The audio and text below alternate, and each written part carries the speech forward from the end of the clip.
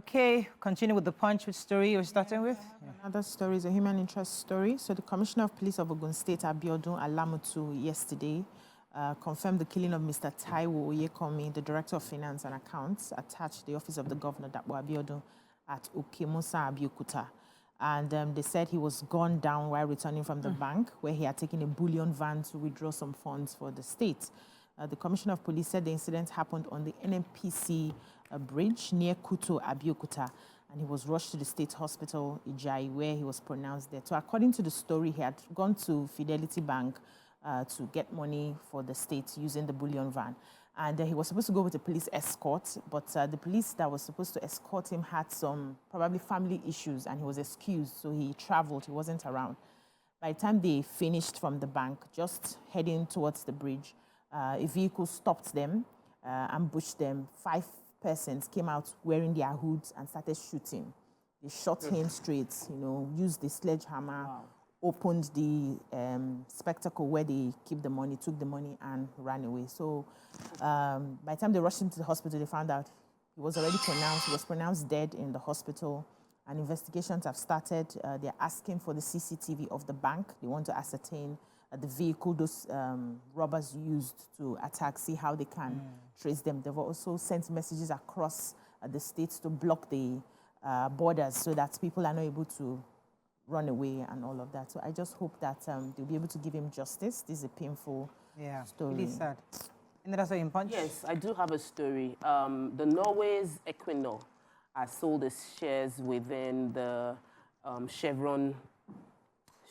They've sold their stake in the Chevron-operated Agbami oil field. So they sold to a Nigerian company. The total stake they had is 53.85% ownership of the oil mining license, 128.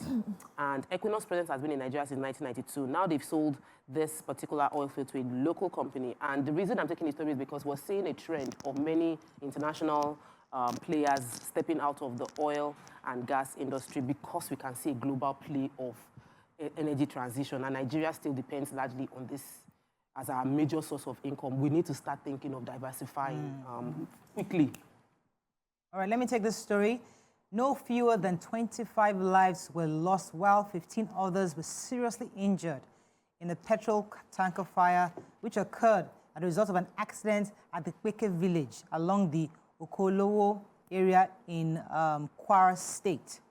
The accident involved the petrol tanker with registration number XYZ, a heavy-duty truck, and 18-seater bus. An eyewitness account revealed that the petrol tanker, which was traveling from Niger State, was driving on the wrong side of the road, which resulted in a head-on collision with a heavy-duty truck from Lagos State. Really, really painful and sad. These are avoidable accidents that we shouldn't be talking about anymore. Moving on quickly now to Daily Sun. National Assembly leadership expresses worry over high debt burden. Mba targets new cargo terminal, completion of Enugu Airport International Wing. Amnesty International accuses Tinubu of non-uphold of the human rights.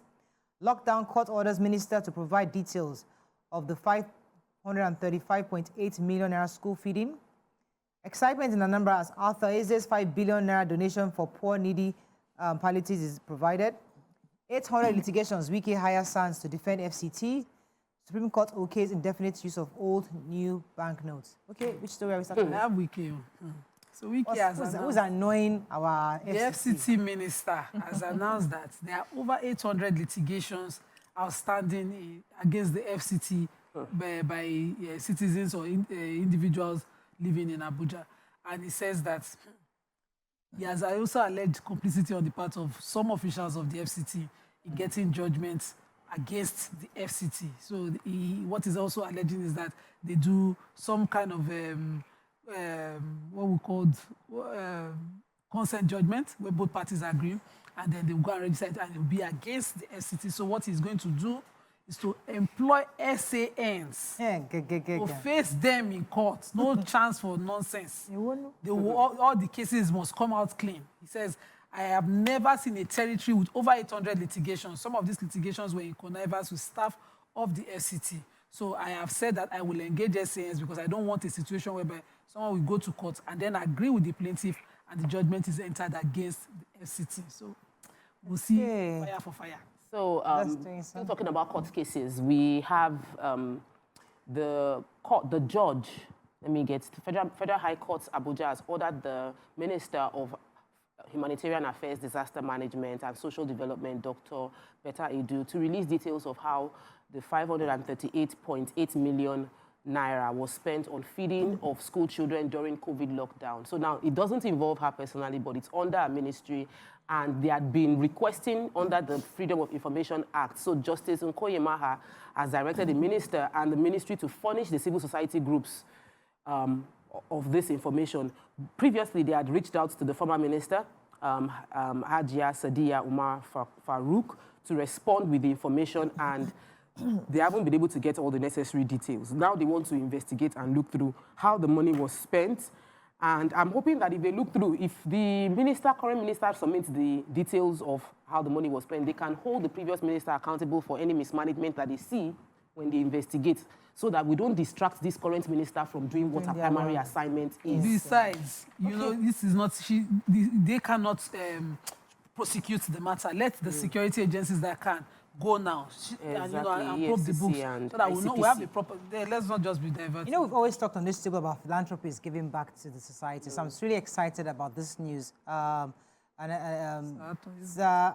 Eze has donated 5 billion naira to Niger State. He has donated that money. Sorry? Again, it's a usual practice. Oh, it's a usual practice. Well, I'm really excited that he's continuing. So we were speaking at his 75th birthday reception, which was hosted by the governor, Governor Soludo. He said that he will release the 5 billion naira to the state to distribute to the poor, irrespective of tribe or religion. He trusts the governor to handle the funds and its effective distribution across the state, emphasizing that the governor ranks among leaders whose hearts and concerns for the poor are overwhelming. He says that he's really regretful that there are people who cannot afford food, they don't have food on their tables, and he laments the situation where parents can no longer send their children to school as a result of poverty. So hopefully the 5 billion will be probably... He's doing an amazing job, but can we appeal that right now we need to be centering the help? Can we have like a food shelter? Can we have something more tangible than just distributing cash? Sustainable, yes. Trust. If you have a trust, that that money, 5 billion, Abi, 5 billion will go to a trust. The trust will fund the charity. Instead of giving 5 billion out all the time, the trust will be invested into our stock, into the markets, and then it funds it. That's why we see here of all these Carnegie, because they have put the money in a trust. I have a story before you quickly run out. So the governor of Enugu State, Peter Mba, has called President Bola Ahmed Tinubu's economic policies high, saying that they are good for foreign direct investments. He said that Enugu State is safe for investors to bring in their investments, and that the unified foreign exchange rates policy was rubbing off positively on Enugu's drive for the FDI, that's the Federal Foreign Direct Investment. And he was assuring that his administration was pushing for the construction of the cargo terminal and completion of the international wing of the Akanu Ibiam International Airport in Enugu through collaborations with the federal government. So he also mentioned that it's essential. One of the reasons he decided to visit was to commend the president, because a lot of things that he's doing at the national level is impacting them at the state level as well. The policies like the unification of the dollar, it's meaning that a lot of foreign investors will be able to come in. Not only will they be able to bring in their funds, but they can repatriate their funds and their profits at the same time. And that there's a lot he's promised to do for the people of Enugu State, which he's going to be collaborating with the federal government in order to achieve that. When they talked about insecurity, he said that right now the sit-at-home is no longer operational in Imo State. People go out about their businesses on Monday, and so people can come in and invest. Like the serious-minded Southeasterners investing. See, people are taking it serious. It's not about lamenting. Doing something about investing, less than ensuring that we're developing that They should solve the insecurity challenges, which is highly politically motivated. It will also influence more FDIs to come in. Vanguard, let's find a story we've not taken. Recapitalization, Nigeria needs higher banks, bigger banks, to for 1 trillion naira economy, says NDIC. Supreme Court okays indefinite use of the old naira notes. We talked about that already. Jebba Luth shuts 5 wards as doctors and nurses leave, says reps. FG begs core members over deplorable NYSC camps. Okay, so I have the Luth story. The chairman House of Reps Committee on Health, Dr. Amos Magaji, reviewed this. He said that over 150 beds and 5 wards have been shut in Luth due to shortage of health workers. He said mostly doctors and nurses have left, so they are understaffed. And he said we are suffering. The Luth is under threat due to brain drain, as many health workers in the hospitals, especially nurses and doctors, have left the teaching hospital in search of greener pastures. That is a teaching hospital. In Lagos. He said that as a committee, they work together with the federal government and also the teaching hospital to find a way out of this national embarrassment that have befallen the country. He said it's not something that can be done within a day, but it will be done and the approach will be in piecemeal. Even me, as I'm sitting here, know that it's not just a threat. It's a big issue. It has happened already. Yeah, it's catastrophic. That's the word. Igbo is a big. If it can happen, it's in catastrophic. Lagos, if it can happen in Lagos, imagine how other states, Exactly. far-reaching parts. So they're likely to be coming to Lagos for... I hope that they're taking it with the seriousness that it carries. Imagine every referral that you get, if it's not last Luth, it's Luth. And now From they're every part of shutting the down. country is Luth, and Luth is understaffed. And it's a statement of fact now. That's scary. They are shutting down wards. of Total of 800 beds, and how many wards do they have in Luth? And they have shut down 5. We need incentives to bring back a lot of our doctors. We need to be- incentives. Very Those who are experienced there, they all want to come back, but then they condition the environment to come back. So we need to just make it happen. The ones here too need to be preserved to stay. No, let them go to get the experience. was But let's thinking bring All of back them the- cannot be yesterday. going to get the experience. That's the They problem. are not employing Let us- nurses. That's They are what we not. can take on front page review. Time has gone. Yes, time has gone. It's Thursday. Let's go on a break. We'll be right back.